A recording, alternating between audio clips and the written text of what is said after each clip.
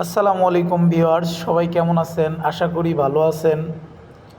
আজকে আমাদের একটা পিকনিক চলতেছে, আপনাদেরকে দেখাইতেছি আমি। এই যে আমার বড় ভাই ব্লেন্ডার করতেছে, রসুন ব্লেন্ডার মেশিন দিয়ে ব্লেন্ডার করতেছে, আমি চালটাকে ধুয়ে ফেলতেছি। তারপরে আমরা আসলে আমাদের চুলাটা কমপ্লিট হয় নাই, এই জন্য চুলাটা হালকা করে একটু পুড়ে নিচ্ছি।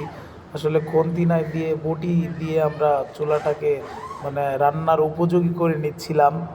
তারপরে রান্নার উপযোগী হয়ে গেল, আগুন দিয়ে দিলাম, তারপরে তেল দেওয়া হয়েছে দেখতে পাচ্ছেন। ওকে, এখন আমাদের মশলাপাতি দিয়ে দেওয়া হচ্ছে। এই যে আমরা ব্লেন্ডার করে নিয়েছি সব কিছু, এইগুলা দিয়ে দিব। আসলে আমরা এই যে আমাদের ফিরোজ ভাই, সে মশলা বাটতেছে আর কি। মানে আমরা সবাই মিলে পিকনিকটা করতেছি, এই জন্য আর কি আমাদের নিজেদের কি রান্না করতে হচ্ছে।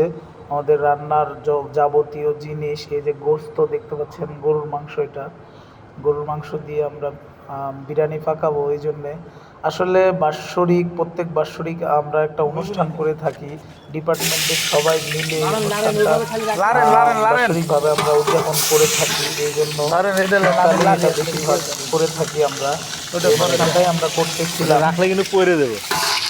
এই জন্য আমাদের সবাইকে একটু পরিশ্রম করে রান্নাটা করতে হয়, কষ্ট করে করতেছি আমরা। এই যে দেখতে পাচ্ছেন এখানে পর্যাপ্ত বাতাস, এই জন্য আগুনটা আসলে একটু বাতাসের কারণে সমস্যাই হচ্ছে আমাদের রান্না।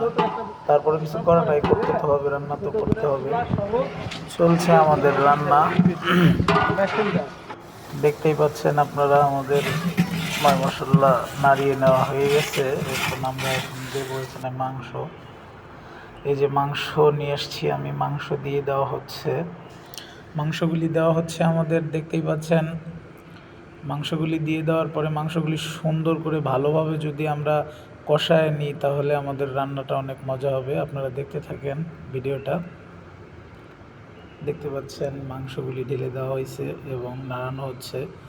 তারপরে চালগুলি আমরা উঠায় সুন্দর করে চালগুলি ঝাঁকার মাঝে রাখলাম, যেটা 15 মিনিট রাখতে হয় পানি থেকে উঠানোর পরে, কারণ ওই সাইডে আমাদের মাংস কষানোর কাজ চলতেছে। আর আমি এই সাইডে চালগুলি সুন্দরভাবে ঝাঁকাতে উঠিয়ে রাখলাম, যেটা আমাদের 15 মিনিট রাখতে হবে, তাহলে আমাদের বিরিয়ানি অনেক টেস্টফুল হবে। দেখতে পাচ্ছেন মাংস কষানোর কাজ চলতেছে। এরপরে আমরা বিরিয়ানি চাল দিয়ে দিয়েছি এবং চাল ভেজে নেওয়ার পরে আমাদের মোটামুটি পাকানোর কাজ প্রায় কমপ্লিট হয়ে আসছে। এই দেখেন আমাদের বিরিয়ানি